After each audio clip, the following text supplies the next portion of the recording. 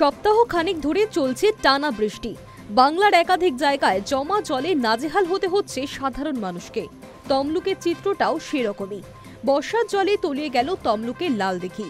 টানা বৃষ্টিতে পূর্ব মেদিনীপুরে তমলুক শহরের বিভিন্ন এলাকা যখন জলের তলায়, তখন সবথেকে ভয়াবহ পরিস্থিতির মুখোমুখি হয়েছে তাম্রলিপ্ত পৌরসভার ৫ নম্বর ওয়ার্ডের লালদিঘি এলাকা। রাস্তাঘাট তো বটেই, এলাকার বেশ কয়েকটি বাড়িতেও ঢুকেছে বৃষ্টির জমজল।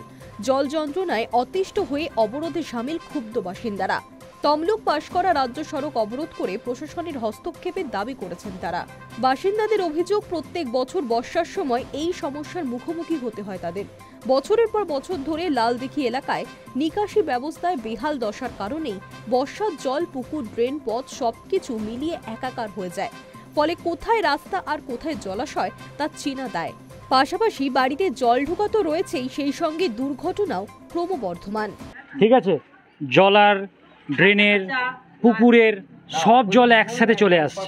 ঠিক আছে, এবার এসে গেছে মানুষ, এটা ৩-৪ মাস ধরে হচ্ছে। জবে থেকে বৃষ্টি হয়, বৃষ্টি হলেই এই জায়গাটা পুরো ডুবে যায়। ঠিক আছে, মানুষের বাড়িতে এখন বৃষ্টি চলাকালীন এরকম হতে থাকে। আমরা ভিডিও পাঠাই, যখনই ওনাকে জানাই আমরা তখনই বলে ভিডিও পাঠাও, ভিডিও পাঠাই। ভিডিও পাঠানোর পরে আপনারা বিশ্বাস করবেন না, একবারের জন্য দেখতেও আসে না, কাজও হয় না। অটোমেটিকলি যা হোক করে নেমে যায়, কম হয় তখন নেমে যায়, হ্যাঁ হয়ে যায়, ভালো কথা। আমরা কালকে কল করলাম, কালকে কল করতে আমাদেরকে বললো যে হচ্ছে যে 15-16 জন নিয়ে আপনারা চলে আসুন পৌরসভায়, আমরা চেয়ারম্যানের কাছে যাবো। আমাদের দাবি এটাই যে আমরা তো প্রতিনিধি হিসাবে আপনাকেই বেছেছি, আমরা কেন আমরা লোককে নিয়ে যাব? আমরা তো ভোটে আগে আপনাকে জিতে দিয়েছি, আপনিই হচ্ছে যে চেয়ারম্যানের কাছে কথাবার্তাগুলো রাখবেন, তা না হলে আমরা কি করতে যাবো ভাই? অবশেষে ঘটনাস্থলে পৌঁছন তমলুক থানার পুলিশ ও তাম্রলিপ্ত পৌরসভার চেয়ারম্যান দীপেন্দ্র নারায়ণ রায়। পরিস্থিতি সামাল দিতে পৌরসভার পক্ষ থেকে 2টি পাম্প বসানো হয় এবং ড্রেন পরিষ্কারের কাজেও হাত দেওয়া হয়েছে। তারপরই ওঠে অবরোধ।